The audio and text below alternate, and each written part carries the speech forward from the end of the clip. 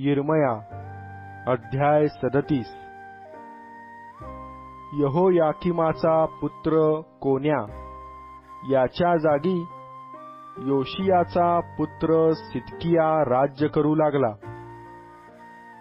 यास बाबेलचा राजा नबुखदनेस्सर याने यहुदा देशावर राजा केले होते, परंतु त्याने त्याच्या सेवकांनी व देशच्या लोकांनी यिर्मया संदेष्ट्याच्या द्वारे जी वचने परमेश्वराने सांगितली होती ती ऐकली नाहीत। तेव्हा सिदकिया राजाने शलेम्याचा पुत्र यहुकल व मासेयाचा पुत्र सफन्या याजक यास यिर्मया संदेष्ट्याकडून सांगून पाठविले की आम्हासाठी आमचा देव परमेश्वर याजकडे प्रार्थना कर। त्यावेळी यिर्मयाचे लोकात जाणे येणे होते, कारण त्याला अद्यापि बंदिशाळेत टाकिले नव्हते। त्या समयी मिसर देशातून फारोचे सैन्य आले। ही वार्ता ऐकून यरुशलेमेस वेढा घालणारे खासदी यरुशलेम सोडून गेले। तेव्हा परमेश्वराचे वचन यिर्मया संदेष्ट्याला प्राप्त झाले ते असे: परमेश्वर इस्रायलाचा देव म्हणतो, यहुदाच्या राजाने तुम्हास मजकडे विचारावयास पाठविले आहे। तर त्याला सांगा, पहा, फारोचे सैन्य तुमची कुमक करण्यास आले आहे, ते मिस्रास स्वदेशी परत जाईल। खासदी लोक परत येऊन या नगराशी लढतील व ते घेऊन अग्नीने जाळीतील। परमेश्वर म्हणतो, खासदी लोक आम्हाला खरोखर सोडून जातील असे म्हणून आपली फसवणूक करून घेऊ नका। ते निघून जावयाचे नाहीत, कारण तुम्हाबरोबर लढणाऱ्या खासद्यांच्या अवघ्या सैन्याचा जरी तुम्ही पराभव केला व त्यातले अगदी घायाळ झालेले मात्र काही उरले, तरी ते सर्व आपापल्या तंबूत उठून उभे राहतील व हे नगर अग्नीने जाळीतील।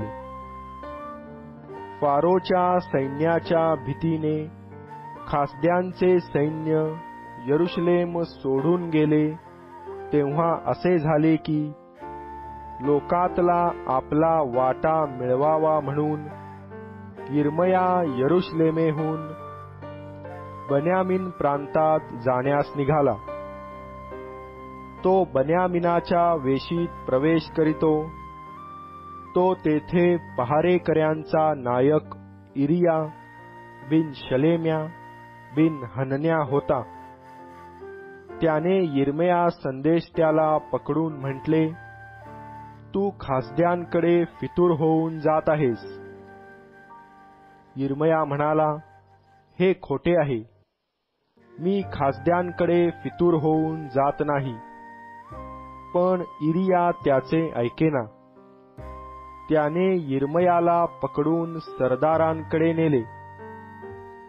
सरदारांनी यिर्मयावर संतापून त्याला मार दिला व योनाथान लेखकाच्या घरात त्याला अटकेत ठेविले। त्यांनी त्या घराचा तुरुंग केला होता। यिर्मया तेथल्या तळघरात व अंधार कोठड्यात राहिला।